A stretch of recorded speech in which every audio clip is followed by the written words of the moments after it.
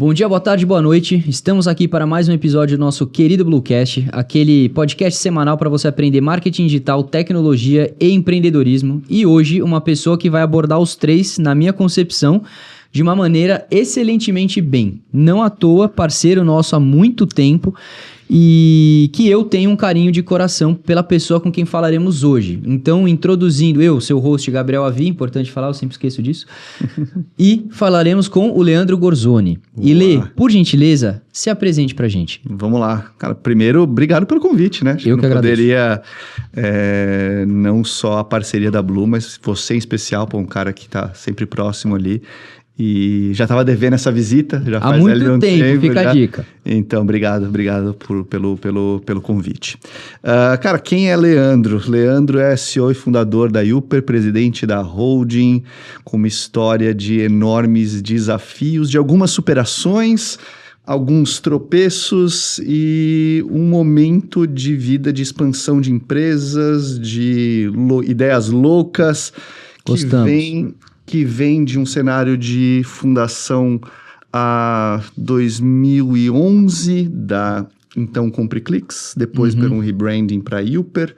Hoje somos em 5 empresas na holding, metas agressivas e vamos lá, vamos conversar um pouquinho e dissecar um pouco mais essa história por trás. Com toda certeza. Antes de mais nada, pessoal, quero falar uma paradinha legal aqui, que o Lê... Corta pra nós na câmera lá, Pedrão. O Lê, autor de livro. Então, se vocês querem conhecer mais sobre a pessoa dele, um pouco da trajetória, tá aqui, ó. Jogada de sucesso e, inclusive, uma das coisas que a gente vai abordar é um amante de pôquer. E aí, uma das curiosidades é que também tá abordando no livro, que é o como você pega conceitos de pôquer para ser aplicado no mundo executivo, né? Então, perfeito. Quero também mais pra frente pincelar sobre isso. Mas... falar. Antes da gente chegar num multiempreendedor, escritor de livro e por aí vai, eu quero saber da onde que o Leandro surgiu.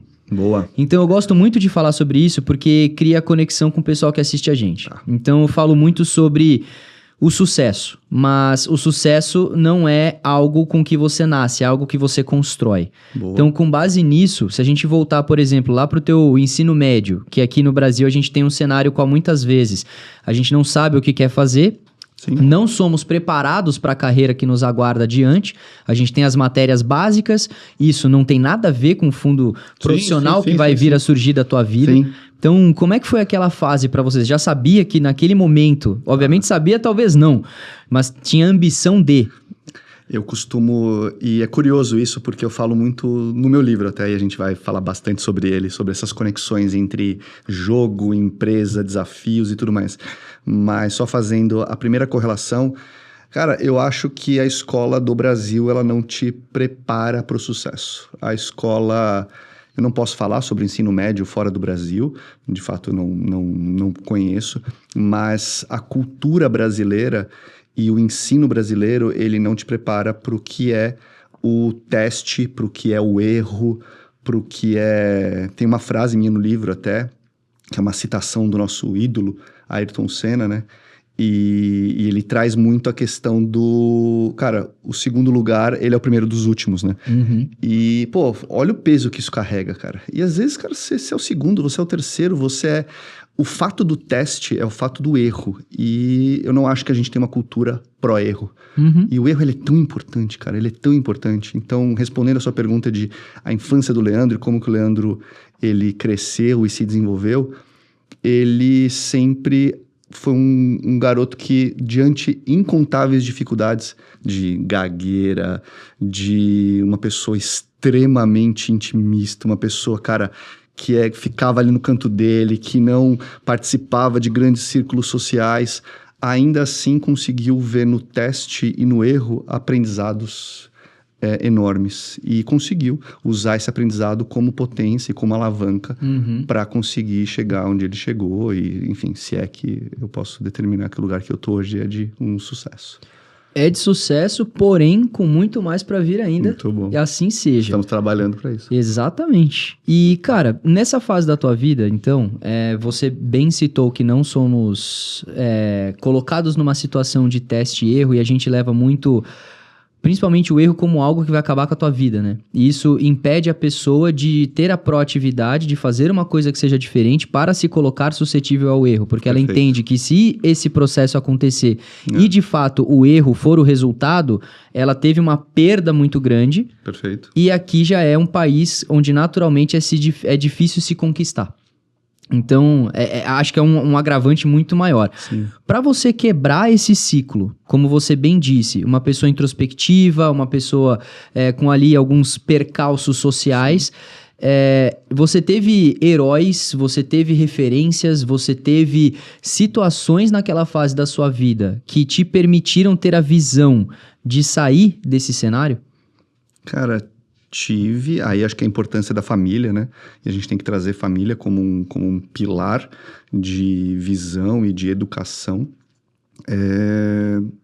Teve muito meu pai, obviamente, como uma pessoa-chave, onde muito antes de banalizarem a palavra burnout ou hard work, que são duas palavras hoje banalizadas, eu tive os maiores exemplos em casa do que é hard work, do que é, cara, tipo, uma pessoa assim, em prol de eu vou fazer dar certo, cara, e não importa isso, não importa, eu via meu pai, cara, trabalhando incansavelmente em prol de um objetivo.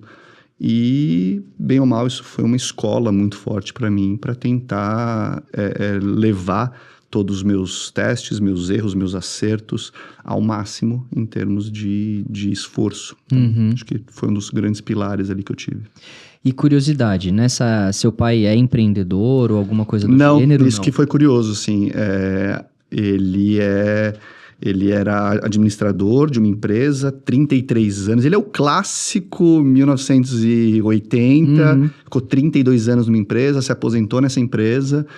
E eu, olhando agora e fazendo essa reflexão, acho que um ponto bom no meio de tudo isso é que eu consegui pegar os pontos positivos disso e alocar dentro de uma cadeia de empreendedorismo. De o que eu queria tirar de aprendizado daquilo e o que eu não queria tirar de aprendizado daquilo. E a gente tem essa ideia, né, de que nossos pais são perfeitos. Eu posso falar isso porque eu sou um pai de uma criança linda de 4 anos. E me colocar num cenário onde eu não sou perfeito para ela é o que eu mais faço todos os dias. E é isso que acho que as gerações passadas falharam e que agora a gente tenta corrigir. E, cara, nossos pais não são perfeitos e a gente tem que entender isso. E o quanto mais cedo a gente entende, melhor é pra gente ter essa clareza de, cara, o que eu posso levar de bom dessa minha relação com meu pai? E o que eu não posso levar de bom? O que às vezes eu tenho que melhorar? O que eu tenho que ser diferente? O que eu tenho que ser eu e não ser um reflexo dele, né? Então, acho que é um pouco disso. O sábio aprende com os erros dos outros, né? Exato. Então, acho que vem muito dessa realidade que você mesmo comentou sobre 1980s, vamos colocar assim, essa geração passada, você tinha muito prestígio sobre uma baixa gama de carreiras, né? Falava-se muito de advocacia, o engenheiro e o médico. Administrador e isso. Só. E aí você vê que todo pai gostaria que a criança seguisse esse caminho, principalmente se o pai permeava uma das três, né? Sim. Então o filho vai ser o que o pai quer porque vai continuar com a doutrina da família. Sim. E na verdade existe muito erro aí de verdade. E esses erros todos, eles precisam ser passados para a criança de forma clara para que a criança entenda que ela pode aprender com isso para não fazer. Exato. Ela pode ainda seguir a carreira, igual a do pai, por exemplo, mas o pai errou nisso, não faça isso. E aí você constrói talvez alguém que vai atingir até o sucesso mais rápido, né? Porque você tira alguns percalços que possivelmente ela passaria quando chegasse naquela etapa. Muito bom. E, cara, uma curiosidade muito grande. Você começou a sua vida profissional CLT? Cara, comecei no Buscapé, uma empresa que eu admiro muito, muito. Tenho um carinho gigantesco por toda a história deles e eu entrei lá como estágio e saí como coordenador. Saí no dia que eu fui promovido e foi uma decisão que eu tomei de falar assim, cara, agora é a hora de eu virar a chavinha, de eu voltar a empreender, de eu olhar um pouco mais para essa vida empresa e tentar construir aqui um pouco do que eu já queria. Eu já tinha tentado antes do Buscapé. O meu primeiro teste ali foi numa pequena agência que eu criei junto com um amigo meu. E aí era uma agência extremamente informal e pelo modelo do Mackenzie eu não poderia me formar se eu não estagiasse numa empresa. Perfeito. Porque eu não tinha como alegar que eu já tinha minha própria empresa, e era uma empresa que até deu certo sucesso e tudo mais. Então eu vendi o share que eu tinha dessa pequena empresa, eu tinha uns 19 anos mais ou menos, fui estagiar, de estágio virei coordenador, depois de 6 anos, vi toda a trajetória de M&As, aquisições do Buscapé, o Buscapé se tornar um dos maiores compradores de preço da América Latina. Saí em 2011, quando eu decidi, de fato, abrir a agência e falar, cara, vou olhar um pouco para um mercado que até então tinham incontáveis oportunidades para uma agência, de fato, com um DNA um pouco mais claro, que foi o que eu tentei fazer na época, né? E se a gente pega, então, essa experiência que você teve dentro do Buscapé, Perfeito. Porque eu acho muito legal de trazer, primeiro, você dentro de uma estrutura, então acho que a gente coloca você num cenário o qual você está numa estrutura maior e o porquê que eu quero abordar isso num contexto grande. Depois, em 2011, quando você abre a sua própria empresa, é uma coisa que a gente vai abordar mais adiante, o desafio de você criar uma cultura, de você criar toda uma realidade que, super jovem, 6 anos antes, você se submeteu à cultura de alguém. Mas que é importante passar pela experiência. Porque muitas vezes você entra num lugar, você não sabe o como vai ser, e aí você vai ver valores que a empresa emprega no dia a dia. Não sei como isso era dentro do Buscapé, se era tão claro, porque eu já vivi empresas grandes também antes da minha fase empreendedora. Vi empresas terem culturas muito claras, outras nem tanto, e isso para quem está construindo uma carreira é confuso. Então, como que você vê esse período que você ficou dentro do Buscapé abordando essa primeira interação com uma grande entidade ou a formação do que viria a ser uma grande entidade com você dentro da estrutura, né? Então, como estágio, obviamente você começa com tarefas mais simples, até você começar a pegar um racional maior, dá para perceber que você é um cara extremamente inteligente, então você começa a pegar o racional, demonstra além do seu trabalho, isso ressalta ao seu desempenho e você começa a crescer ali dentro, né? E a gente tá falando de um período de 6 anos. Então, como que você vê isso? Cara, o Buscapé foi a maior escola que eu poderia pedir e ter na vida, assim. É muito louco como as coisas aconteceram de um jeito... não sei se é religião, se é karma, se é Murphy. E aí cada um acredita numa coisa. Mas só fazendo um recap, então, eu tenho a minha primeira empresa, criada com 18 anos, de um moleque que não sabia nada da vida, 17 anos mais ou menos. Essa empresa tem um devido sucesso para um cara de 17, 18 anos. Qualquer dinheiro era muito dinheiro. Eu vou estagiar. Quando eu vou para o mercado de trabalho, quase que de uma maneira forçada, é uma questão de lidar com o ego muito doida, assim, porque, pensa, você tá indo estagiar, era quase que injusto com os outros candidatos. E eu falo muito isso no livro, assim, de como que o ego, você saber ler o ego e você entender os tropeços e como que você se vê é muito importante, porque eu cheguei e a primeira entrevista que eu fiz, eu sento numa mesa e quase como um ar blasé, assim, falo assim, cara, jura que eu tô, sendo entrevistado? Eu acabei de vender um equity de uma empresa com 17 anos e tô aqui numa entrevista, é óbvio que eu vou passar. Eu não passei nessa primeira entrevista. Eu fui pra fase final, ficou entre eu e uma pessoa, e eu não passei nessa entrevista, eu fiquei muito mal. Fiquei tipo, putz, cenário depressivo e tudo mais. De cara, como que eu não consegui passar numa entrevista, já tendo um sucesso, já estudando, já fazendo tanta coisa. E essa empresa era a Blockbuster. Era para ser coordenador, era para ser analista de marketing da Blockbuster. Que depois veio a falir, vender para Americanas e tudo mais. E eu só consegui entrar no Buscapé por causa disso. Porque eu fui negado nesse processo Blockbuster e depois eu fui pro Buscapé, onde eu aprendi e vivenciei o que é cultura. Então, eu acho que fica aqui uma primeira grande lição para quem tá ouvindo a gente, cara, às vezes as coisas vão dar errado mesmo, e tá tudo bem. E acho que você entender isso e conseguir olhar para trás e conseguir conectar os pontos. Steve Jobs fala muito isso no seu discurso, e para mim é um dos melhores discursos já feitos por um ser humano nessa terra, que é em Stanford, onde ele fala, né, você só consegue conectar os pontos da sua vida olhando para trás.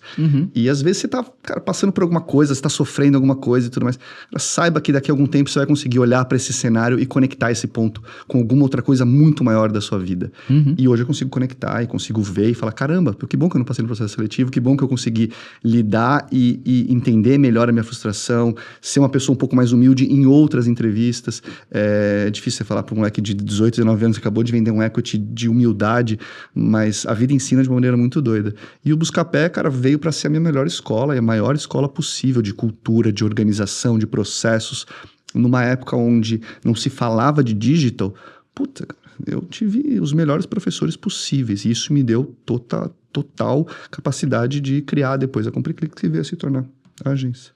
E como que era o digital nessa época? Eu sei que parece uma pergunta extremamente banal, mas porque a gente está falando daquilo que veio a ser o maior comparador de preço da América Latina. Então, como que nasce o maior comparador de preço da América Latina com você dentro da estrutura, fazendo e em determinado grau auxiliando a empresa a chegar nesse patamar? Cara, era tudo mato, né? Então, assim, eu entro no Buscapé alguns meses depois da aquisição do Bom de Faro, que era o segundo maior comparador da América Latina, era do Rio de Janeiro, ele era um comparador muito grande e o Buscapé fez a aquisição dele. Cara, como era o digital naquela época? Era um mar de oportunidades. Eu acho que a gente vai explorar muito esse tema hoje, assim, de saber identificar oportunidades. Elas estão vivas, estão aí, mas eu acho que naquela época era um volume, era escrachado, assim, cara, a quantidade de oportunidades que você tinha de conseguir ter sucesso no digital, de você conseguir entender e aproveitar o digital em prol de um determinado sucesso. Então, eu acho que, resumindo o que era o digital, olhando para trás agora e vendo, cara, era uma oportunidade muito grande, assim. É que era um tal do Oceano Azul, né, cara? Era uma coisa que acho que a gente pode colocar como empresários isso de duas frentes diferentes. Você tem o Oceano Azul, então se você constrói uma coisa que obviamente vai ser inovadora, você vai ter sucesso, e você vai ter sucesso porque você é o primeiro a navegar naquelas águas, então naturalmente você cria o crescimento, e o crescimento muitas vezes orgânico. Sim. E o segundo ponto, o desafio de você convencer possíveis clientes, dependendo do produto que você tem, a acreditar em uma coisa que não está bem estabelecida. Então eu coloco isso olhando pelo olhar de empresário de duas formas diferentes. Aquele que conseguiu linkar essas duas frentes, então vamos colocar, por exemplo, um Buscapé. Sim. Eles tinham o Oceano Azul, onde as empresas estavam começando a olhar para a internet como um canal de aquisição, um canal de venda, de aquisição de cliente e venda de produto. Isso não era tão estabelecido ainda, você não via tantas entidades como e-commerce, né? O glamour até então era, vou na loja física do fulano. E o Google Shopping ainda não existia até então esse era um cara que...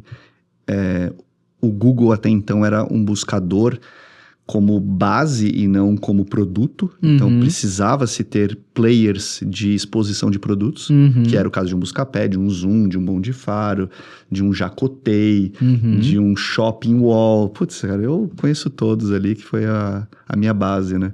Então, foi algo que eles passaram muito por essa escola, né? E com você dentro dessa estrutura, como que era o termo conhecimento? Porque, de novo, quando o mato é alto, a visão é curta.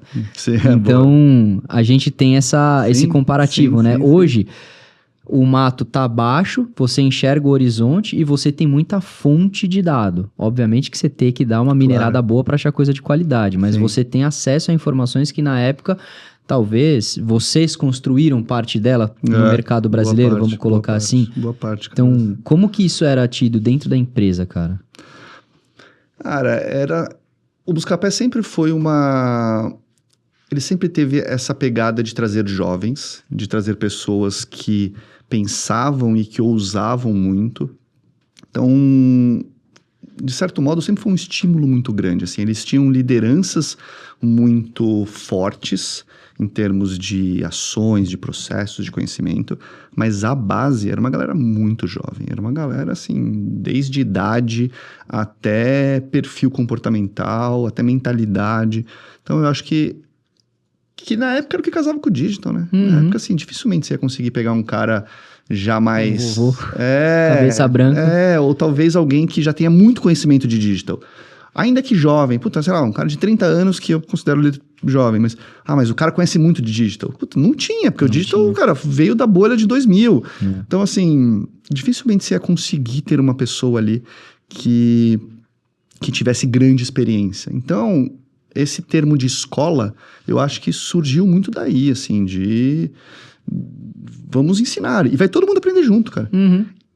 E olhando, cara, putz, boa parte dessa minha concepção e esse meu pilar de teste, erro, aprende e tudo mais, vem daí, né? Porque uma vez que tudo é novo, você vai errar pra caramba, cara. Vai testar pra caramba e vai aprender e vai... Assim, acho que, de uma maneira geral, o Buscapé, ele se deixou errar muito. Desde aquisições. E eu participei boa parte desses erros, que no final são grandes aprendizados. Grandes aprendizados. Erros de aquisições, erros de criar empresas, erros de gastos, erros de... Mas, cara, que tudo no final gerou tantos aprendizados que virou acerto.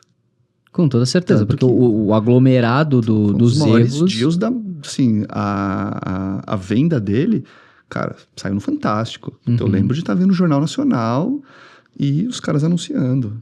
320 milhões de dólares na época. Para 2010, 2009, você tá louco.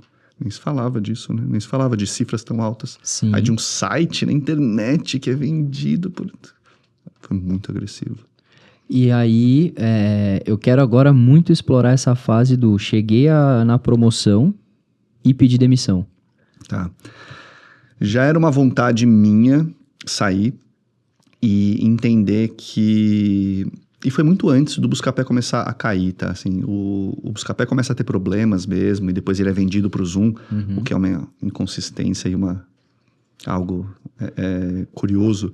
Porque na época a gente, entre grandes aspas, chacotava o Zoom, né? Tipo, nossa, um dia eles querem ser que nem o Buscapé. E você corta anos depois, o Zoom adquire o Buscapé, né? Você pode dar um pitaco na sua opinião do porquê que isso aconteceu? Você acha que foi em algum momento do Buscapé, houve talvez erro de gestão ou direcionamentos errados e o Zoom conseguiu talvez entender nuances de mercado para pivotar e se manter? Acho que em linhas gerais... Já me respondeu perfeitamente. Acho que é muito disso, assim. Não tem nada que eu... consiga adicionar do que você falou, cara. Acho que é visão de produto, é visão de... é mudança macro mesmo, que... E aí você tem que entender que também o Zoom tá super bem também, porque o modelo do produto é complexo. Sim. Se tornou complexo, né? Com questões de Google Shopping, que vem num modelo muito mais estruturado dentro de uma SERP do Google. Então é algo mais, assim, que... é modelo de negócio mesmo que deixou de ser tão interessante a nível de busca. Mas são incontáveis os motivos, entre eles, boa parte dos que você falou, né? Gestão, visão do produto, visão de negócios e tudo mais. Investimentos errados, esses testes acho que começam a ficar um pouco mais caros. E aí você tem que pagar essa conta no final, né? E eu decido sair, cara, no momento que eu vejo que o Leandro queria um pouco mais do que aquilo. Não era mais sobre salário, não era mais até porque meu salário era bom. Eu decido sair no momento que eu entendo que eu precisava testar e eu estava num momento onde o meu aprendizado, na minha opinião, já era suficiente para seguir uma vida. O espírito do Leandro estava batendo no teto, estava batendo a cabeça no teto. Né? Eu acho que eu já tinha colhido o que eu podia de insight, de conhecimento, de absorção cultural, de tudo que é a via do PJ, do CLT, eu já estava pronto para tentar a vida PJ agora. E foi quando eu decido sair e numa loucura lá de reabrir a agência com outros 2 amigos, a gente decide reabrir a agência e a agência dura 3 meses, 4 meses. Não por uma questão de relacionamento, porque são 2 dos meus grandíssimos amigos, mas um tinha acabado de casar e falou, putz, cara, testei aqui, mas não vai rolar, essa coisa vai demorar para começar a me dar dinheiro, eu preciso ter algum sustento aqui. E o outro também tinha um outro perfil completamente diferente, e eu me vi e falei assim, não, peraí, você tá falando que eu larguei um trabalho de 6 anos, um futuro próspero, larguei uma carreira que eu tô batalhando para abrir agência com vocês, e agora vocês vão sair, eu tô sozinho? Basicamente foi isso, e aí eu tinha 2 opções, ou eu voltava pro mercado, ou eu começava do meu jeito. E a resposta tava lá, né? Tava dentro de mim, né? Que era, cara, eu vou tentar fazer o que eu sei fazer com os meus valores que eu aprendi na vida, com os meus valores que eu aprendi no Buscapé, com o que eu acredito em termos de processos, de cultura, E eu fui sozinho. Tomei porrada pra caralho. Imagino, cara. Pra caralho. Mas assim, foi muito legal. Foi uma experiência riquíssima, cara. E é um pouco do que a gente falou sobre o Mato Alto, né? Era um modelo de... Era um tempo que ainda tinha muitas oportunidades. Assim, tinha muito dinheiro na mesa e quem tivesse vontade, cara, vai lá e pega, assim. E eu tava morrendo de vontade, né, cara, de fazer um negócio do meu jeito. Se você conseguisse minimamente estruturar uma coisa pra sentar numa mesa com uma pessoa e falar, olha, esse dinheiro que hoje só existe aqui como uma pilha de dinheiro, eu vou pegar isso aqui e essa pilha vai subir. É isso. Vamos junto? É isso. Um dos meus maiores pontos chaves no começo foi... Obviamente, quando eu criei a empresa, eu não tinha funding, não tinha nada. Enfim, hoje se fala muito, né, de private equity, blá, blá, blá. Eu não tinha nada disso. Tinha só uma vontade e um sonho, né? E um conhecimento interessante. Eu comecei a bater muito cabeça com concorrências e com outras agências que eram muito mais estabelecidas que eu. Agências que faziam Google, e na época o Google já estava deslanchando e tudo era muito forte. E eu começava a perder. E eu falei, caramba, eu só perco, né? E eu vou ter que voltar pro mercado assim. E aí, cara, uma grande dica que eu dou e pra todo mundo que é... Você tem que entender aonde que você é bom. E, cara, a galera... Até hoje eu falo com incontáveis empreendedores, donos de e-commerce, cara, empresários. E uma das primeiras perguntas que eu faço é, cara, onde você é bom? Onde que você ganha o jogo? E, cara, boa parte não sabe onde ganha o jogo. Boa parte não sabe onde era. Simplesmente o cara existe pra ter um CNPJ, sabe? Tá tudo bem, mas é mais difícil jogar assim, né? É mais difícil você simplesmente não ser igual a todo mundo. E foi uma coisa que eu notei muito cedo. Que eu falei assim, cara, eu preciso ser bom em alguma coisa. Eu preciso externalizar que eu sou bom em alguma coisa. Pensa que... Existe a metodologia do SWOT, forças, fraquezas, ameaças, blá, blá, blá. Mas é um pouco mais do que isso. Não é só você saber onde você é bom. É o que você faz em prol do que você acredita que você é bom. Se eu puder acrescentar uma coisa do que você falou, é a conexão dos pontos. Porque isso na cabeça do empresário faz toda a diferença. Uma vez que alguma coisa como essa, principalmente, onde você é bom, fica clara...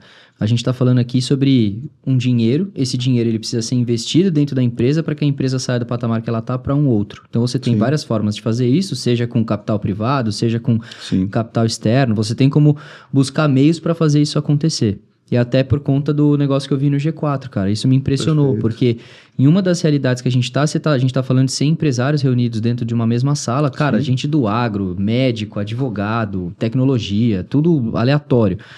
Só que você perceber que tem muita gente ali que hoje até fatura legal num nicho extremamente específico de mercado, principalmente agro, e o cara, por exemplo, em poucas horas de imersão, ele teve a visibilidade de que todo o posicionamento da empresa dele no mercado estava errado. É isso. Então você tem, por exemplo, pelo que eles abordaram... 3 iniciativas principais, né? A empresa ela tem um diferencial de produto, atendimento ou preço. E o cara sempre achou que o negócio dele era o produto. Só que, na verdade, o negócio dele era atendimento. Porque ele é a única representação de venda dessa marca específica para o agro que oferece pós-venda.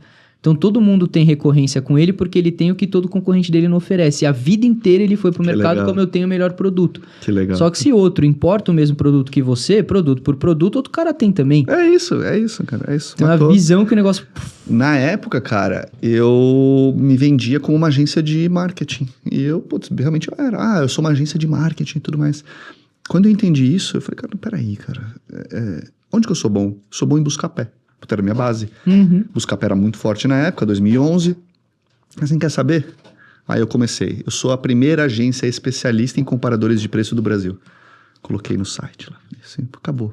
Não faço Google, mas sou especialista em comparadores de preço. Uhum. Você quer fazer um Jacotês, quer fazer Shopping Wall, Zura é um outro também super antigo. Eu quero Buscapé, obviamente. Eu sou esse cara. Você quer Google? Tem lá trilhões de agências que estão surgindo e surgiam e eram muito melhores que eu. Mas eu sou bom em comparadores de preço. Uhum. Putz, quando eu levei isso pro mercado, cara, o mercado veio babando. Porque era uma necessidade do mercado já na época. E todo mundo falava que era bom em Google. Ninguém falava que era bom em Buscapé. Que era o bom. Aí foi muito fácil. Eu falei assim, eu sou a primeira agência especialista em comparadores de preço do Brasil. Uhum. E tinha lá na home do site, nos ads que a gente rodava. Passou 6 meses, a gente já tava com carteira de clientes. Puta, mas agora eu preciso rodar Google. Você roda? Rodo. Mas agora eu preciso de SEO. Rodo. Porque você já tem o cliente dentro de casa, você tá faturando, você faz o cross-sell lá. Às vezes, você sabe fazer Google? Sei. Aí chega dentro de casa e fala, Garela, fudeu, preciso fazer Google. Sim. Agora? O meu primeiro contrato vendido de SEO 2013, eu liguei pro meu irmão, que na época ele fazia SEO. Eu falei, cara, vendi, o que eu faço? Uhum. Loucura. E hoje a gente tem um time aí de mais de 40, 30 pessoas, 30, 40, então uns 30 e poucas pessoas só em SEO, sabe, na agência. Então, assim, é bem forte. Cara, eu acho legal porque, por exemplo, dá pra ver você falar com brilho no olho, porque você vai lembrando do passado, imagina você, tipo, os gatilhos aparecendo na cabeça. Cara, a história é longa, a história é longa. Fala, velho, vem de SEO e agora? A história é longa, cara. E ele, você é louco, cara, o que você vai fazer? Faz aí conteúdo. Aí eu falei, tá bom, vou fazer o conteúdo. Aí eu peguei, escrevi um conteúdo, mandei pro cliente, puta, tinha erro pra caralho, e eu escrevo mal pra porra, apesar de ter escrito um livro. E aí o cliente, tipo, meio que cancelou e tudo mais. Eu falei, tá, então beleza, se eu quero vender SEO, eu preciso ter um redator. Aí eu já comecei a fazer as conexões e tal, e vi que eu não poderia fazer tudo sozinho também, né? E eu ia justamente perguntar agora sobre esses outros 2 pilares que são fundamentais para uma empresa, que é a parte de pessoas e cultura. Então, você como um empreendedor, espírito que estava enjaulado dentro de um lugar, você sai, começa a falar, não, vou colocar aqui a minha cara, a minha coragem e vou fazer esse negócio rampar. Então, obviamente, você começa sozinho, aí como todo bom empreendedor no seu início, você é o Severino. Então, quem faz isso? Eu. Quem faz aquilo? Eu. É mó engraçado que pro cliente, às vezes até pra contar história, tipo, pro cliente você tem 10 pessoas. Que no fim do dia são 10 vezes você criou e-mails diferentes que você mesmo responde pra falar que você tem gente. É isso. E aí, você de fato chega no estágio de precisar ter essas pessoas dentro da sua estrutura. E aí, como que se deu essa criação de estruturas? Então a gente está falando de uma agência que na época era o melhor comparador de preços do Brasil, aí você começa a fazer Google, então você precisa de uma pessoa de Google, você começa a fazer SEO, você precisa de um redator. Como que você começa a criar essa estrutura hierárquica dentro do teu negócio e a cultura que você quer implementar ali dentro? Tá.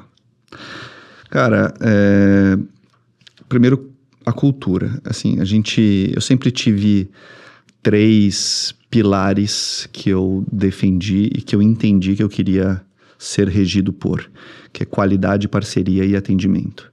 São 3 pilares extremamente blasés no mercado. Qualidade intangível, parceria intangível. Mas o que é qualidade? Mas o que é nossa parceria, jura? Todo mundo fala que é. Mas em 2012, 2013, não era tão batido assim.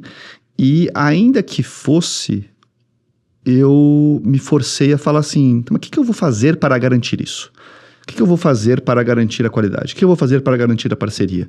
O que eu vou fazer para garantir atendimento? Então, esse exercício de se forçar a ter to-dos, ele é muito importante, cara, que é o ponto mesmo do cara, onde você é bom. Quando você entende, eu sou bom em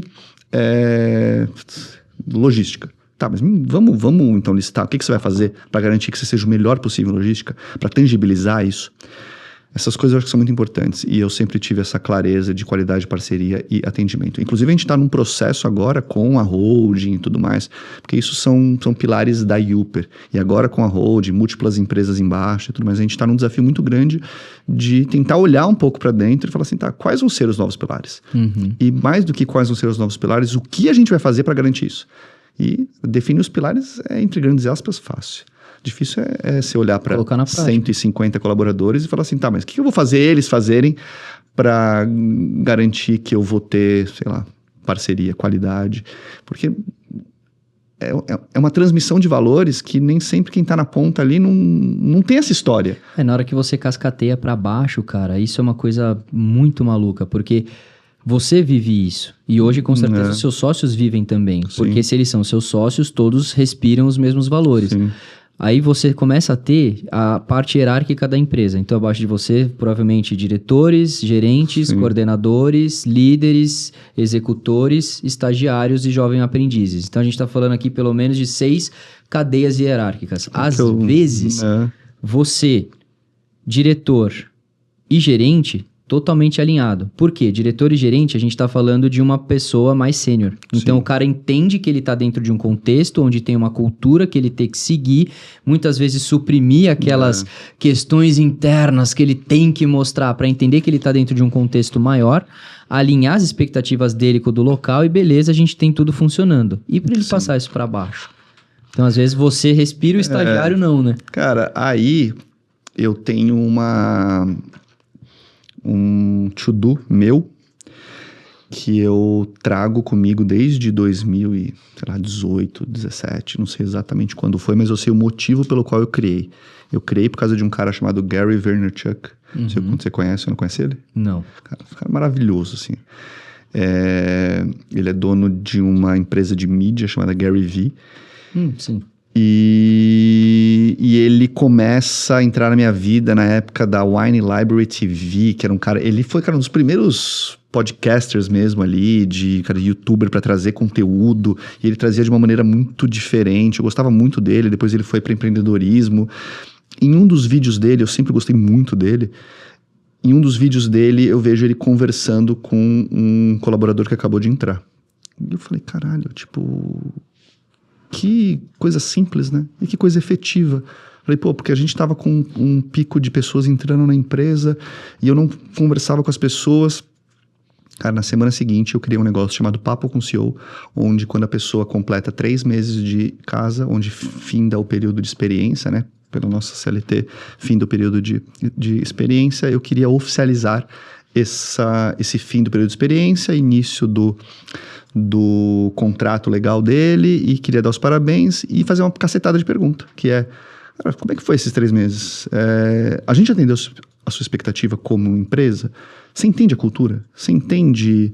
E tem uma pergunta que eu faço que é, quando seu pai e sua mãe te perguntaram como é trabalhar aqui, eu tenho certeza que eles já te perguntaram isso, porque é um emprego novo, pô. A primeira pergunta que a pessoa vai fazer é, e aí, cara, como é que é trabalhar lá? Você tá gostando? O que você respondeu? Entre outras perguntas, desde qual que é o seu sonho, se hoje fosse um domingo à tarde, o que você tá fazendo? Cara, não existe base melhor de termômetro do que essa conversa que eu tenho. Isso foi em 2018, a gente já tá em 2025, você imagina quantas eu já fiz. Incontáveis vezes. E, cara, é um tempo super valioso da minha agenda que eu faço questão de falar com todos os colaboradores. E começou lá atrás, por causa de um vídeo do Gary V. E é um meio que eu tenho, ainda que simplista e modesto, de garantir que um pouquinho da cultura esteja chegando para esse cara. Sim. Porque quando eu vejo que as respostas estão um pouco desalinhadas, eu falo no final. Se não, eu só dou os parabéns. E, cara, bem-vindo a Uper, bem-vindo a P4C, bem-vindo a blá, blá, blá. Se não, eu falo assim, cara, deixa eu te falar uma coisa. Isso aqui que você está me trazendo, podia ser assim, você podia pensar assim. Eu não dou feedback, porque eu nem conheço a pessoa, não estou no dia a dia e tudo mais. Geralmente eu só dou um parabéns mesmo, ou eu realinho o mindset. De, cara, legal que você pensa assim, legal que você me respondeu isso. Deixa eu te falar um pouquinho sobre a sua expectativa que você está tendo de fazer isso, isso, isso.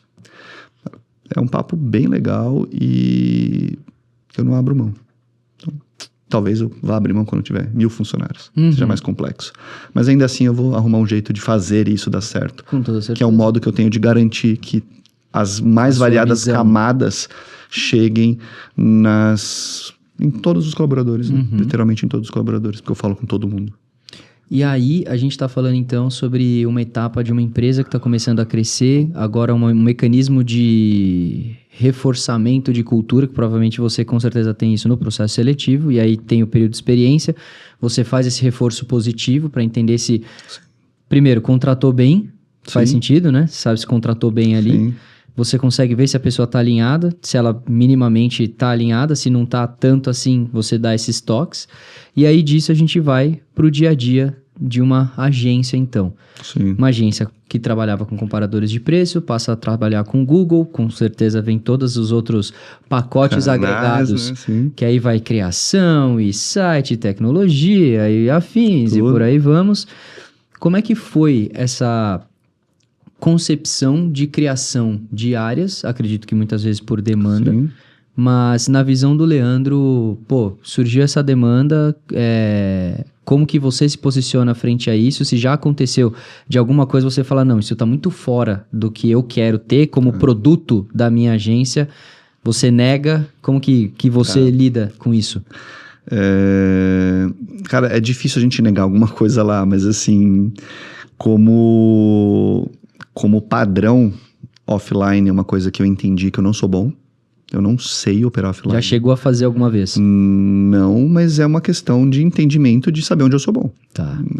Quando eu entendi que primeiro eu era bom em comparadores de preço, depois eu era bom em Google, depois eu me tornei uma agência premier do Google, um dos parceiros mais valiosos do Google Brasil, depois a Uber foi reconhecida como 7ª agência para se trabalhar no Brasil, depois aí eu fiquei muito bom em SEO, depois eu fiquei muito bom em CRM, e aí quando eu comecei a escalar, eu falei, tá, eu sou bom em digital. E eu entendi que eu não sou bom e aí, Lê, mas você não chegou a fazer. Cara, tem coisas que você não precisa saber fazer. Com toda certeza. Pra saber que você não é bom, né? Eu só tive essa clareza. Em algum momento eu entendi que se eu... mas a holding agora tá... Se eu for entrar em off, possivelmente eu faço M&A e eu compro um cara pequeno de offline. Porque eu não sei fazer. Eu não sei pensar no offline. Uhum. Eu não sei projetar, eu não sei o que esperar. E acho que é um gasto de energia que vai me sugar para não ser efetivo. Uhum. O tempo de aprendizado é muito melhor eu ou fazer um M&A ou simplesmente não fazer. Uhum. Ao contrário das outras coisas, de, Lê, mas vamos fazer um site, vamos fazer influenciadores, por exemplo, que era uma coisa que a gente não operava, a gente começou a operar a gestão de redes sociais. Tá bom, esse cara eu não faço, mas é extremamente plausível eu aprender, é extremamente factível e tá dentro do meu core de know-how. Tudo bem que eu não sei agora, mas time, vamos se unir aqui e a gente vai fazer. E aí você corta para alguns anos depois e hoje a gente opera e opera muito bem. De novo, a gente cai na questão de saber onde você é bom, né?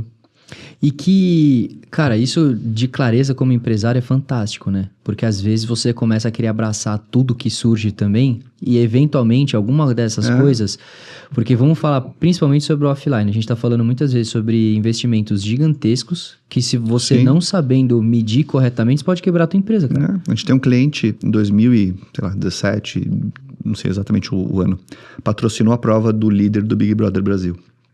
Milhões. E eu proativamente falei, cara, eu não quero estar envolvido, eu não sei, eu não vou conseguir te ajudar, eu não vou conseguir orientar, cara, como criar a prova do líder, como fazer, como... não sei.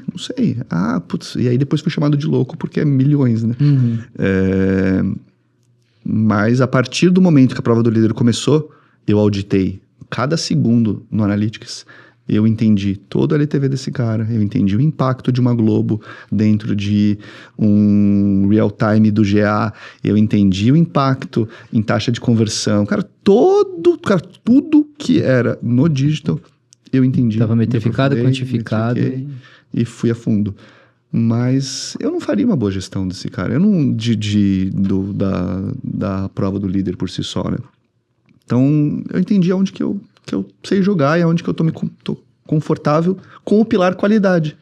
No final, eu só estava respeitando o meu próprio pilar, que é a qualidade, né? Cara, se eu falo... Além de parceria, você foi parceiro. Super. Porque senão você poderia ter mentido que você ia fazer uma coisa, a entrega poderia não ser tão boa, você ia prejudicar você e a marca do cara. No final, eu nunca soube quanto dinheiro eu perdi por não estar envolvido nisso. Mas sei que foi muito. Porque eu sei quanto ele pagou. Então, assim, foi muitos milhões. E o resultado foi bem interessante. Então, porque digitalmente eu estava assessorando esse cara, entendi tanto que ele fez depois outras vezes e tudo mais. Lê, deixa eu fazer um paralelo agora com o livro. Boa. Muito aqui a gente está falando sobre empreendedorismo, situações diferentes sobre a sua formação como esse empreendedor, o cara que começa a entender de cultura, necessidades de negócio, oportunidades, valores que são extremamente importantes. E por que eu falo isso? Nem todas as empresas têm isso praticado dentro da sua cultura de fato. Tem lá para ser bonito e falar para o cliente que existe, mas não é algo que de fato permeia o que é as ações da empresa. E aí agora a gente fala de um livro onde você faz a mescla de pôquer, que é um esporte que você gosta muito, Perfeito. com empreendedorismo. E quando a gente conversou, uma das primeiras vezes, inclusive, que a gente estava se conhecendo, ainda não tinha lançado o livro, Tá. mas você tinha me falado que uma das paixões da sua vida era jogar pôquer. Sim. E que você trazia muito disso para o seu negócio, porque no pôquer você tem que ter muitos skills utilizados bem ao mesmo tempo. Então você tem que ser um cara bom de observação, porque você tá numa mesa com outras pessoas, aí a gente já começa a abordar, se quiser, dá pra viajar nesse tema, tipo o PNL, por exemplo, porque sim. se o cara tá olhando muito pra um lado, ou se ele tá fazendo determinados gestos, você já consegue saber se ele tem uma mão boa ou uma mão ruim. Sim. E aqui, pô, muita gente pode estar assistindo nesse momento pensando, o que isso tem a ver com o negócio? Cara, todo. Porque quando você vai pra uma mesa de negociação de uma concorrência, quando você vai vender teu produto na ponta para um possível comprador, o que isso não muda para o seu posicionamento naquele lugar muda? Claro. Então, como que você fez essa assimilação de pegar um esporte que você passou a dominar para o seu negócio? Tá. Vamos lá. Cara, pôquer é minha paixão, assim. Eu entendi que ele é um hobby, mas eu tinha grandes planos para me profissionalizar em 2010, mais ou menos. Enquanto eu trabalhava no próprio Buscapé, em 2009 eu fui um dos top jogadores mais lucrativos do ano e tudo mais. E em 2010 eu tinha um plano de me profissionalizar, acabei desistindo desse plano. E em 2011, quando eu abro a agência e saio do Buscapé, é quando eu decido levar o poker como hobby mesmo. Mas toda a minha trajetória para ter ganhos no poker e para, enfim, ser um jogador, passou muito por estudos. E, cara, poker é um jogo de muita base de estudo. É um jogo muito fácil de se aprender a jogar e extremamente complexo de se dominar. E muito parecido com, cara, xadrez, entre outros esportes e jogos da mente. Tanto que ele é classificado hoje como um jogo da mente. E, cara, o estudo do poker, o estudo das probabilidades, das ocasiões, do próprio PNL que você traz, das situações, me fizeram, quando eu mudo a minha carreira para empreendedorismo e eu começo a trabalhar e a sofrer e ver aonde que eu sou bom, ver aonde que eu sou ruim, situações que eu devo evitar, situações que eu tenho que explorar mais. A poker é uma arte de quando perder, perder pouco e quando ganhar, ganhar muito. É simples. O resumo do poker é, cara, se você tá numa situação que sua mão não é boa o suficiente, você tá entendendo que você vai perder, cara, você tem que minimizar a sua perda, e quando você entender que você tá muito bem, você tem que extrair o máximo do seu oponente e tirar todas as fichas dele. Quando eu entendo isso e eu começo a trabalhar e a apanhar na agência e a sofrer, e, cara, a vida de agência é dura. Hoje Tô entendendo agora. Hoje a Yupper tem, cara, pouco mais de 100 clientes ativos e eu brinco com o meu time, assim, a chance de eu acordar um dia e falar assim, qual é a chance de 100 clientes, nenhum dá BO, nenhum dá problema, nenhum me dá uma dor de cabeça, meu amigo. Assim, vai dar, e você aprender a lidar com isso.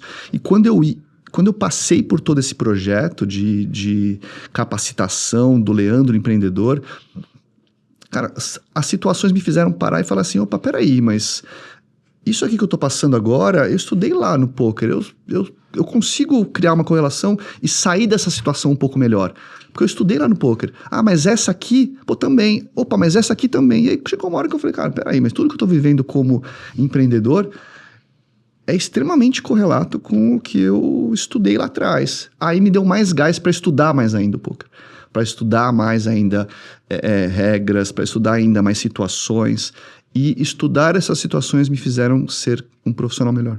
Então foi exatamente como eu consegui extrair um pouco mais. E aí a gente pode abordar, cara, incontáveis situações e momentos que o poker conseguiu me ajudar. Mas a correlação direta é essa, assim. É um Leandro que faz questão de jogar todo ano um Mundial. Esse ano eu já vou também, confirmado já. Las Vegas 2025 me aguarda para jogar o Mundial de novo. Todo ano eu vou para jogar o WSOP, que é o World Series of Poker. E é um momento que eu desligo mesmo. Desligo não só como mente, mas eu tô lá focado em aprender, E eu sei que eu estando lá jogando, apesar de eu não estar trabalhando de fato lá na agência e no grupo, eu tô afinando um pouco mais o meu machado para poder voltar como empreendedor e ser um profissional melhor. Com toda certeza. Na verdade é interessante porque você atrela um hobby a uma evolução pessoal, né?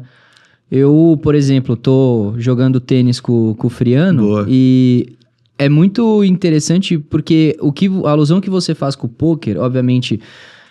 Isso até eu vi um tenista falar há não muito tempo, que o tênis ele é um dos poucos esportes que requer concentração total.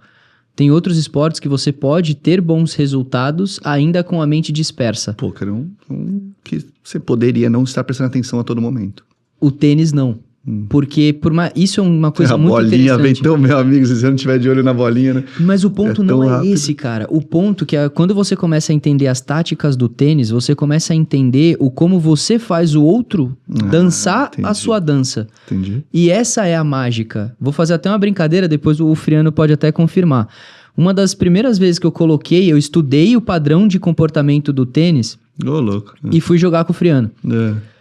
Ele virou pra mim depois do jogo e falou, cara, eu sou um jogador, um bom baseliner. Baseliner é o cara que fica na base de fundo só batendo bolinha. Obviamente você vai ver os momentos e tal. Só que ele falou, eu tenho muito condicionamento físico, e realmente tem, o bicho não cansa, é bizarro. Mas eu nunca corri tanto. E aquele foi um dos dias, acho que foi a primeira vez que quando a gente jogou... que eu ganhei dele. Ah, entendi. Porque até então a gente tava indo jogar e eu tava tomando pau. Sim. Aí eu estudei táticas... Que legal. E aí cheguei e falei, cara, como é que você começa a ver? Você coloca 100% do seu hiperfoco na parada. Tá. E aí cada jogada que você faz, desde o saque, você sabe as probabilidades de onde o seu adversário vai mandar a bola. Que foda. Então assim, quando você tá jogando, se você manda uma bola funda do outro lado e ele manda uma bola cruzada, a cruzada é porque ele tem mais tempo de chegar no centro da quadra. Então você sabe que se você forçou ele, a chance de vir uma bola cruzada é gigante. Porque ele vai tentar se reposicionar para a próxima bola dele ser melhor. Entendi. Então se você já está prevendo isso, você tem capacidade, se ele está muito fundo, cortar meia quadra, voleio, ganhou o ponto, entendeu? Então você começa a estudar essas coisas e aí casou na mesma época eu ver um tenista falar isso. Ele falou, o tênis, agora você falou o jogo da mente, e faz total sentido, porque o tênis, ele é um jogo da mente. A galera acha que tá todo mundo correndo igual idiota, batendo bolinha pro outro lado. Mas, na verdade, você que tá jogando, quando você estuda os fundamentos, você começa a perceber que tudo é matemática, cara. E aí, acho que o grande X é como que você usa essa questão, sei lá, do condicionamento físico, já é uma ótima correlação que eu faria. Putz, se você joga tênis com certa recorrência, tá com um condicionamento físico bom, diferente do poker, né? Mas você poderia usar isso em prol de, cara, ser seu empresário mais ativo. Então, assim, tem boas correlações. Eu acho que todo esporte, na verdade, você consegue usar o esporte ou o hobby, enfim, em prol de um profissional melhor, enfim. É você querer, né? Infelizmente, nem todo mundo quer, às vezes, ou não tem a disciplina do estudo, ou não tem a vontade técnica de aprender, às vezes quer só... E aí também eu acho que não dá nem pra julgar, né, Gabs? Às vezes é só o cara que quer dispersar a mente e tá tudo bem, vai. Sim, é o total. Cara que vai jogar só o futebol de final de semana só pra desestressar. E que isso não é errado também, porque às vezes o cara é tão produtivo durante a semana dele que ele precisa desse desafogamento pra mente poder respirar, senão o cara vai explodir. Super, concordo demais. Aí é cada um, né? Eu fiz minha escolha lá das 52 cartas e venho seguindo nelas e cara... Gosto muito. E quando a gente, então, começa a voltar agora para o seu cenário profissional, a gente tem um cara que, para jogar pôquer e saber tanto sobre o esporte e a alusão que esse esporte faz dentro da tua vida profissional, você começa a se tornar cada vez mais capaz de justamente entender cenários. Eu acho que nisso o pôquer é maravilhoso, muito né? Muito Porque você tem que saber a mão que você sai, ao passo que você sabe bem a mão que você sai, você tem que ver as probabilidades de todo mundo que está reunido ali, mais as cartas que são viradas na mesa para saber se você vai minimizar seus danos ou você vai até o final. Perfeito. E cada vez que é virada uma nova carta, as probabilidades mudam completamente. Então você se torna um bom estrategista, né? Sim. Como que você, por exemplo, pensando em estratégia, enxerga o momento que você abriu a agência, onde você tinha um oceano azul, para um momento onde a gente está agora, que eu ainda não vou falar que a gente está num oceano vermelho, porque você tem sempre novas tecnologias que nos permitem adaptar e ainda navegar legal. Eu também não acho que é um vermelho. Mas, enfim, estrategicamente falando, num cenário de antes para um cenário de agora, como que você faz esse comparativo? Cara, eu acho que são novas cartas foram viradas ao longo desses anos, né? Agora a gente tem uma carta chamada AI, que acabou de ser virada e muda-se completamente as probabilidades, muda-se completamente as jogadas de cada empresa. Entender essa carta é um pouco do meu trabalho hoje como CEO e presidente da holding, de como que a gente vai atuar em nível consultivo para os nossos clientes, em nível de operação, em nível de conteúdo, em nível de estratégia. Então, entender essa carta é o meu papel e o papel dos meus diretores e gerentes. Como eu vejo de lá para cá, cara, a coisa mudou muito, assim, em termos de... Eu venho de um cenário onde eu consegui surfar a onda de Google Shopping, cara. Cara, não tinha Google Shopping, assim. E eu já falava que eu era bom naquela época em comparadores de preço. Quando veio Google Shopping, eu dei risada. Falei assim, caramba, só vem, amigão. Só vem, porque assim, eu manjo tanto de comparador de preço, de estratégia de bid, de entendimento de produto ali. Tive que reaprender tudo, que é o Merchant Center e tudo mais. Mas foi uma grande onda que eu consegui surfar e consegui crescer em cima dela. Essas ondas, elas passam, assim como as cartas também, né? Se você não aproveitar uma determinada carta, possivelmente um eventual turn, eventual flop de turn river, você tem que saber aproveitar isso. A gente vive um momento onde o meu trabalho é totalmente focado em saber aproveitar e saber como extrair o máximo da estratégia e criar essa estratégia para essa nova carta chamada AI que acabou de ser virada no mercado e está sacudindo todo mundo, né? Então, tá revolucionando muito. Alguns estão sabendo como lidar com ela, outros estão fugindo na mão, outros estão dando all-in na mão. E a gente está tentando entender o que a gente faz com esse cenário ligeiramente complexo. E abordando uma outra coisa agora sobre estruturação de empresa. Muito se falou sobre a estruturação da Uper até onde ela chegou. Começou com mais cliques, virou Uper e agora você tem uma holding. Sim. Então, a gente está falando sobre um processo evolutivo muito grande. Então, a nível de curiosidade, você cria uma entidade e você pluga entidades dentro dessa entidade. Perfeito. Essa é a forma mais simplista, ao meu ver, de se explicar o que seria uma holding. Foi bem. Então, até para não ser tão complexo, mas... Da onde surgiu a ideia da holding? Então, acho que isso é muito legal de explicar, porque aí a gente está falando sobre a Uper, que é masterizada ao digital. Por que se dá a criação da holding e quais as entidades que você busca para ter junto dessa holding? A holding, ela, para ser bem sincero, a holding nasce numa reunião de M&A que eu fiz, de uma primeira possível conversa de uma empresa que estaria interessada em adquirir a Uper. E ele me apresenta uma estrutura de holding. Mas é uma reunião bem ruim. É uma reunião onde eu não fazia ideia das boa parte das perguntas que estavam sendo feitas para mim. Isso em 2019, talvez. Era uma reunião onde a gente sempre foi muito bom da porta para dentro, em questão financeira, estrutural. Da porta para fora, a gente olha do nosso jeito. Eu olho, cara, lucro líquido dessa maneira, eu olho o lucro operacional dessa maneira. Então, não vem me falar de EBITDA, de amortização, E a verdade é que o mercado precisa saber isso, até para balizar e comparar banana com banana. E foi super natural as perguntas e tal, mas num tom ligeiramente errado, numa linha ligeiramente errada. E eu, cara, saí dessa reunião muito mal, mas com uma certeza. Eu falei assim, cara, com duas grandes certezas. Eu não quero fazer negócio com esse cara e o que ele me apresentou em estrutura de holding, eu acho que eu faço melhor. Foi as 2 certezas que eu tive dessa reunião. A provocação. E eu falei, cara, beleza. Eu não vou fazer negócio com ele. E 2, vamos começar a partir de agora a estruturar isso. Estrutura. Corta para 3 anos depois, é quando a gente já tem toda a estrutura, todo o modelo definido, e a gente faz o nosso primeiro deal. Depois vem o segundo deal, e agora a gente cria mais 2 empresas, mais 2 CNPJs apartados dentro da nossa estrutura também. Então, que é uma estrutura de holding onde eu compartilho recursos, né?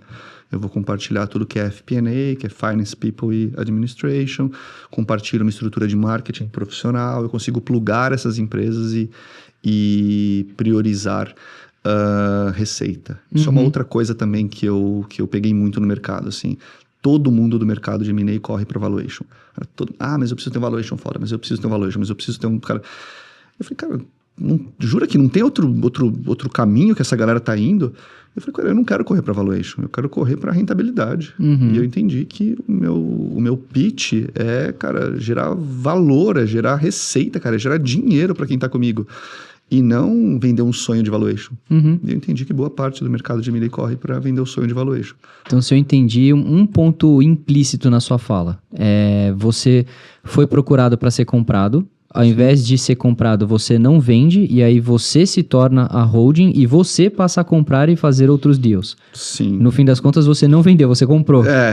Comprei outros caras menorzinhos, obviamente. Não, sim, mas... Mas são caras que... Legal por causa da visão.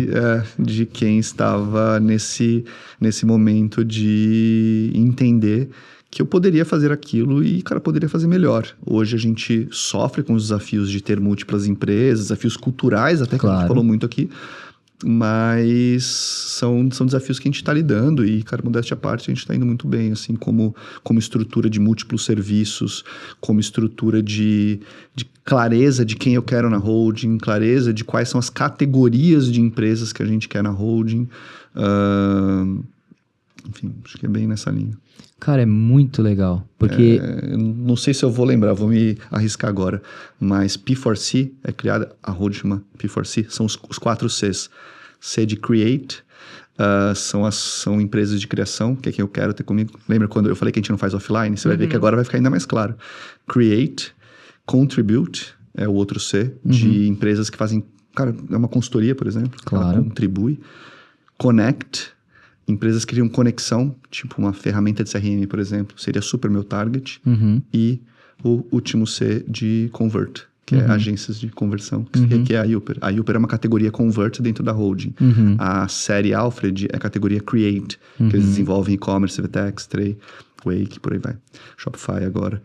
E a gente está buscando outros parceiros, já tem alguns dias e tudo mais engatilhados, mas eu preciso de uma coisa chamada tempo. E tá meio difícil ultimamente. Isso aí, quanto mais coisa você faz, né? Mais você fica velho, mais dor de cabeça a gente arruma. Mas a gente tem esses 4 Cs, que são as categorias de empresas que a gente vem buscando na nossa estrutura. Então, você vê que não tem uma loucura aqui no meio, não tem vamos abrir qualquer outra coisa que não seja dessas 4 categorias. Mas, mais uma vez, de novo, esse é o meu grande exercício no podcast, fazer tornar explícito e implícito. Então, de novo, a gente vê uma grande alusão ao poker aqui. Quando a gente fala sobre virar as cartas, quando a gente fala sobre estratégia, quando a gente fala sobre posicionamento.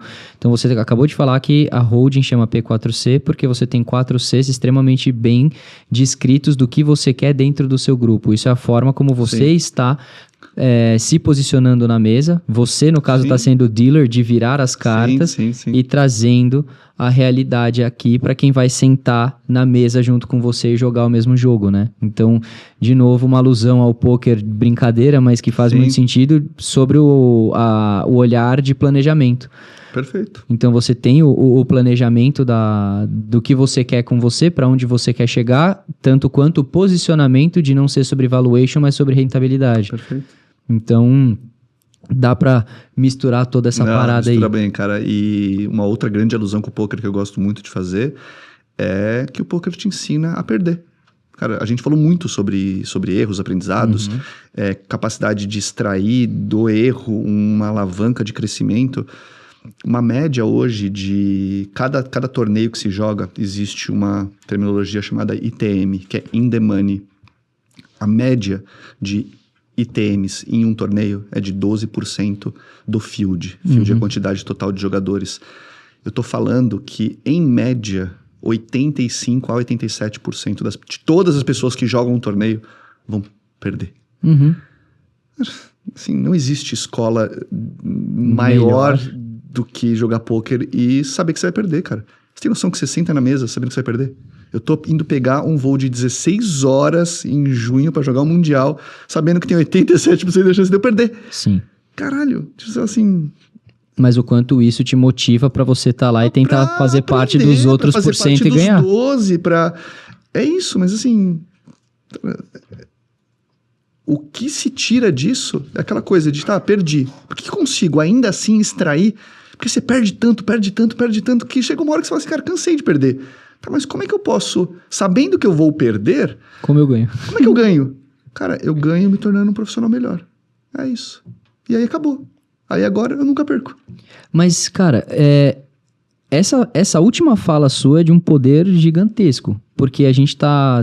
Uma coisa que eu tenho falado muito ultimamente sobre propósito. Isso, perfeito. Cara, uma vez que você entende que o propósito ele é atingido por meio dos erros e por meio dos nuances que você vai ter ao decorrer da sua jornada, Sim. Você percebe que no decorrer você se aperfeiçoa e que o propósito se torna cada vez mais claro. Você aprende a ter aqueles microcomportamentos que vão te levar para esse tal desse propósito. Perfeito. Então... Se você tem o propósito que agora você descobriu que no fim do dia talvez seja se tornar um profissional melhor, independente de você saber que 86% de chance de você perder é muito grande e que isso, teoricamente, para todas as pessoas que não têm o protagonismo ou o propósito claro, eles vão morrer nesses 86%, agora eu faço alusão dessa realidade com a própria vida, que não muda nem um pouco disso. Talvez as proporções sejam diferentes ou até menores para quem vence. Talvez, verdade. Porque... Só chega lá quem está disposto a entender que no caminho existem os percalços, que no caminho você vai errar muito mais do que acertar, você vai tomar muito mais porrada do que vão passar e te ajudar. Cara, tem que estudar, tem que focar, você tem que se superar. Tipo, cara, é muito doido, assim, tipo, é muito sedutor você sentar numa mesa de pôquer e pegar o celular. E você ficar no celular, e você ficar distraído. E você ficar comendo, e você ficar bebendo. É muito sedutor, cara. E o poker, ele, de novo, você pode entender que tá ali, legal, vou comer alguma coisa, vou ficar no celular, vou ficar... Cara, tem gente em Vegas que assiste seriados, assim. Eu já vi caras, assim, assistindo Friends do meu lado, temporadas, assim. Porque se joga-se 11 horas sentado numa mesa.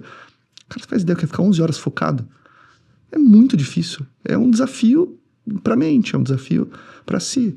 Não tem como você... Se você tá com esse mindset de se tornar uma pessoa melhor, não tem como você não atingir de fato. Sim. O problema é que se você quiser não extrair nada disso, você também pode. Você também pode. E você tudo depende de você e o quão claro isso é pra você.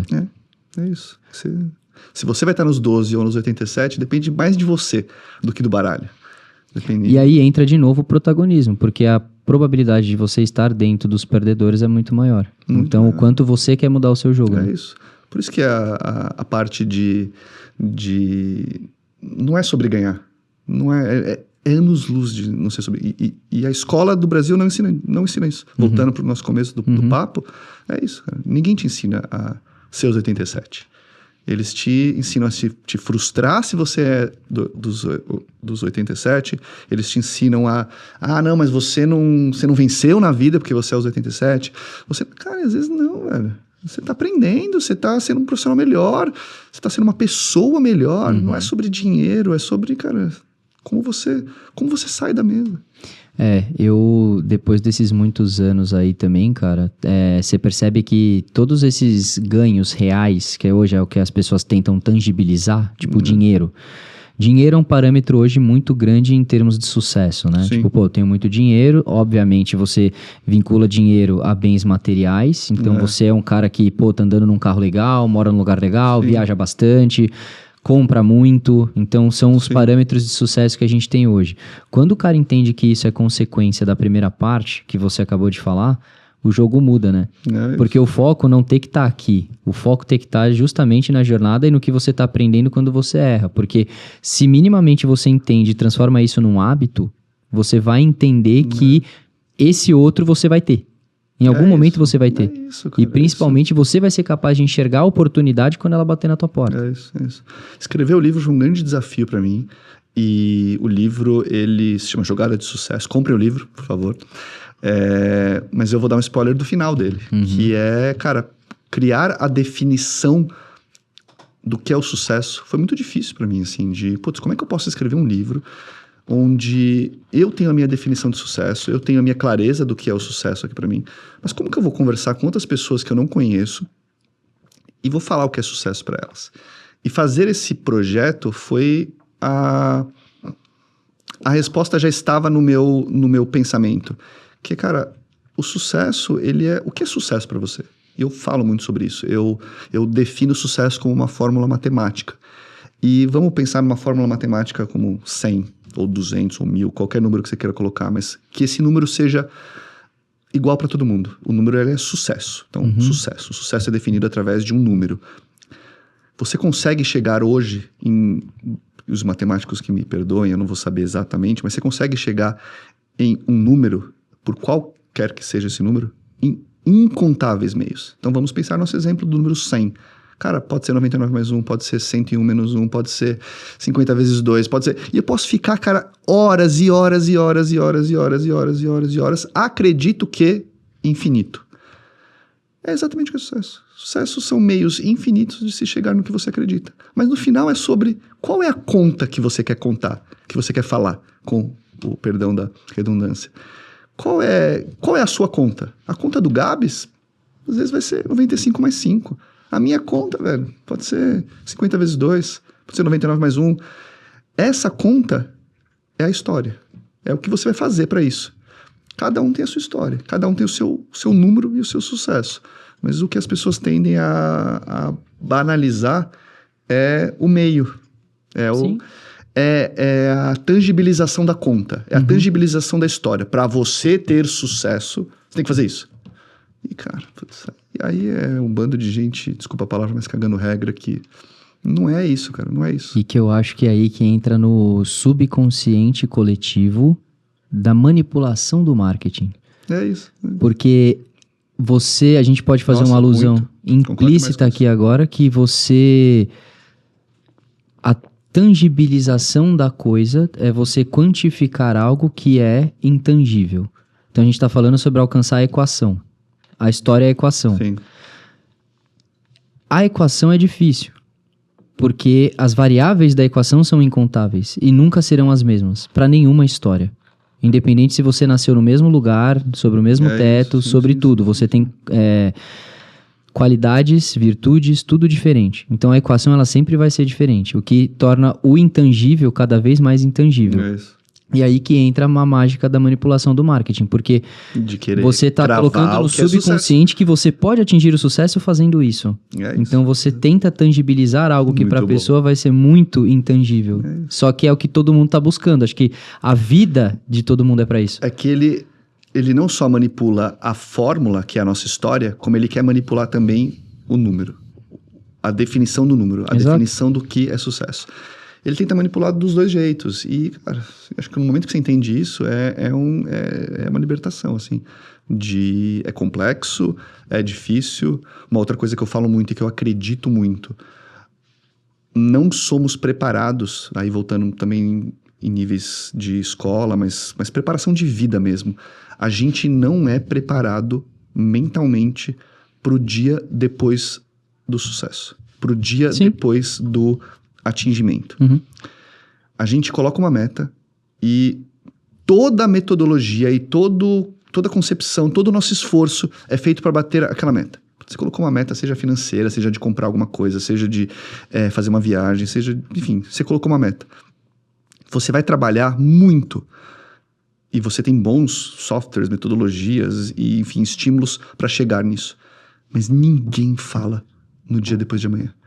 Ninguém fala sobre... Cara, e eu vivi isso. E o que eu encontrei no dia depois de amanhã foi depressão, foi dor psicossomática. Porque a galera não fala, velho. Tá, mas sucesso pra maioria das pessoas é dinheiro. Tá, mas depois que você chegou no dinheiro... E aí? Ah, beleza, aí agora eu cheguei. Ah, não, mas agora eu quero mais. Ah, mas agora eu quero isso, mas agora eu quero... Cara, beleza. E aí então, mas aí você vai chegar de novo, e de novo, e de novo. E quando que acaba? Então, eu tô acumulando, pra quê? E é complexo, cara. É uma linha muito, muito difícil e que eu não vejo... Eu vejo pouco material sendo produzido sobre isso. Poucas pessoas falam sobre o sucesso depois. Tanto que tem grandes cases de medalhistas que depois de ganhar a medalha de ouro, tem burnout, surtam. O cara não sabe o que fazer depois da medalha. Porque a entrega pra você chegar até aquilo é insana, mas você chega. E aí depois que você chegou, você fala, tá, o que eu vou fazer agora? E o cara não tá preparado para aquilo. Ele não tá com a relação de... Ele não se preparou para chegar. Ele se preparou para alcançar, mas não pro depois. E como é que eu vivo depois disso? Sim. O que eu vou fazer depois disso? Como vai ser?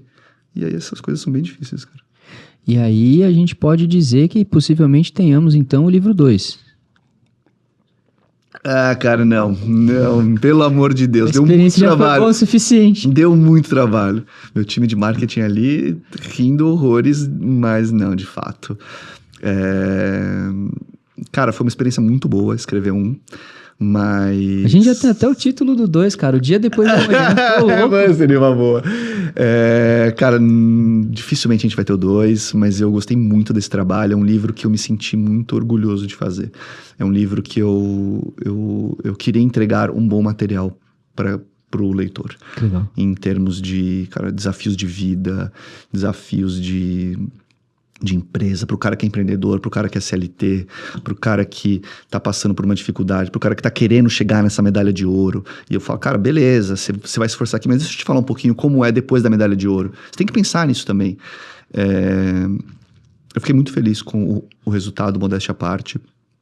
E acho que eu paro por aí. Então fechou.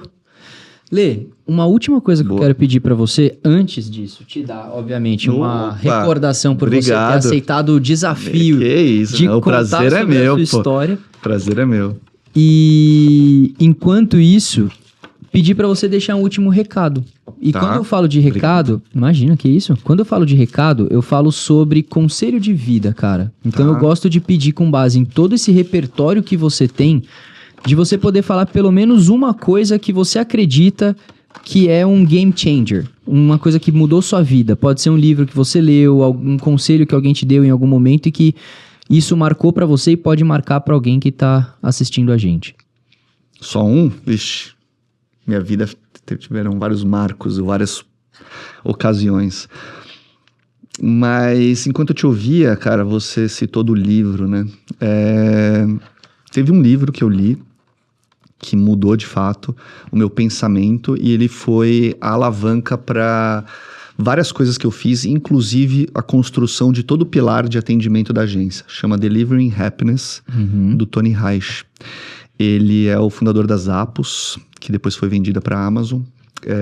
Foi traduzido no Brasil como Eu Acredito que Entregando Felicidade, algo próximo disso. Mas enfim, Delivering Happiness, Tony Reich. É um livro maravilhoso, cara. É um livro simples, de uma leitura leve. Eu não gosto de livros complexos, apesar de ser um grande fã de Senhor dos Anéis, já li incontáveis vezes, mas aí Tolkien é outro patamar de vida. Aí a gente pode fazer um outro podcast. Tá louco. Você vai falar de Tolkien aqui, eu vou ficar até amanhã. Mas Tony Reich, Delivering Happiness, uma leitura leve, uma leitura não complexa, não é...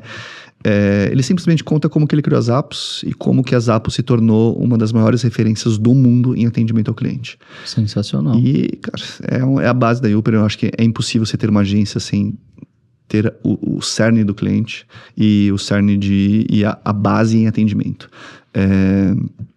Não é sobre fazer, é sobre o outro saber que você fez. E a agência se passa muito por isso, assim, cara. Eu falo muito pro meu time, em devidas proporções, obviamente, mas não adianta você fazer o melhor reporte do mundo, o melhor relatório, a melhor campanha, se o cliente não sabe, se o cliente não tem consciência disso, se ele acha que é simples, se ele acha que você ficou 1 hora e você levou 3 semanas para fazer o negócio e é um negócio muito fora da curva, se ele não tem essa visão, não tem porquê. Então, em devidas proporções, é muito melhor você não fazer nada e o cara achar que você faz tudo, do que você fazer tudo e ele achar que você não faz nada.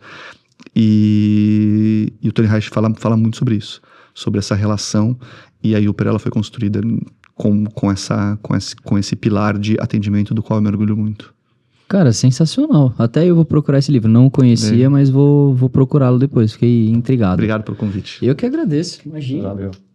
Gente, para vocês que ficaram até o final, eu quero fazer o disclaimer de encerramento de que a gente faz essa experiência no Blue Space. Então, se vocês querem passar pela mesma experiência que eu, falar com pessoas maravilhosas, aprender muito pela voz de outros, construir autoridade para vocês e para a marca de vocês, isso aqui é uma ferramenta muito bacana. Então, esse estúdio aqui é para locação, você pode sentar nessa mesma cadeira e ter essa experiência, e a gente ajuda com tudo que você precisa se você não sabe fazer isso. Então, o contato vai estar na descrição do vídeo, e aí dizer também que, obviamente, que essa conversa que nós tivemos tenha somado um pouco no conhecimento de vocês. Então, se isso aconteceu, acho que minimamente estamos satisfeitos. Boa. Então, obrigado, Lê, obrigado, Pedrão, e valeu!